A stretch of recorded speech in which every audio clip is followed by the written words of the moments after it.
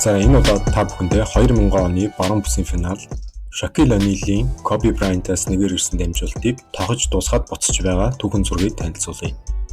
Бүсийн финалд Lakers Portland Trail Blazers багийг 3-1 харьцаатай тэргүүлж байгаад 2 тоглолт дараалан хожигдоод энэхүү 7 дахь тоглолт гарахар болдог. Lakers улиралд 3 тоглолт дараалан хожигдож үзээгүй байсан гэдг нь тэдний тайван байх нэг шалтгаан байсан. Гэхдээ тоглолт тэдний хүсснээр бол эхлэегүй. 4-р үед 10 минут дутуу байхад Portland 15 оноогоор илүү явж исэн. Харин энэ үчээс Lakers баг тоглолтод эргэн ирээд тоглолтод 2 минут дутуу байхад тэргүүлэл авч эхэлсэн байдаг. За харин Portland Blazers баг бол 4-р үед маш хангалтгүй тоглооны хувьтай байсан бөгөөд 23 тоглооноос ердөө 5-ыг нь л цагирагт унгасан байдаг.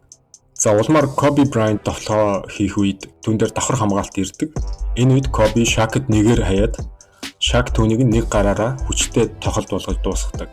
Тоглолтод ердөө 40 секунд үлдсэн байдаг бөгөөд 85-79 харьцаатай болгож байгаа нь нэг ёсондоо Shaq аварга авах боломжоо 90% болгоод баяраа тэмдэглэж байгаа хэрэг юм.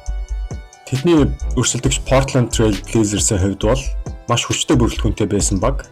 За тухайн үед тэдний бүрэлдэхүүнд Rasheed Wallace, Scottie Pippen, Steve Smith, Arvydas Sabonis, Damian Stoudemire гэсэн тоглогчид гараанд гарч ирсэн. Мөн сэлгээнд нь Detlef Schrempf, Bonzi Wells болон Jermaine O'Neal нар бас байсан. Энэ хүчтэй багийг бүсийн финал буулгаж авсан Lakers баг 2000 оны анхны түрүүгээ авах өгөөд цаашдаа лигт 5 удаа төрүүлэх ийм баг байгаа. 2000 он гарснаас хойш Lakers баг бол хамгийн олон удаа аваргын бөгж авсан ийм баг байгаа. За энэ удаад лигийн хамгийн доминант төвийн тоглогч Shaquille O'Neal-ийн түүхэн зурагтай танилцууллаа. Баярлалаа баяртай.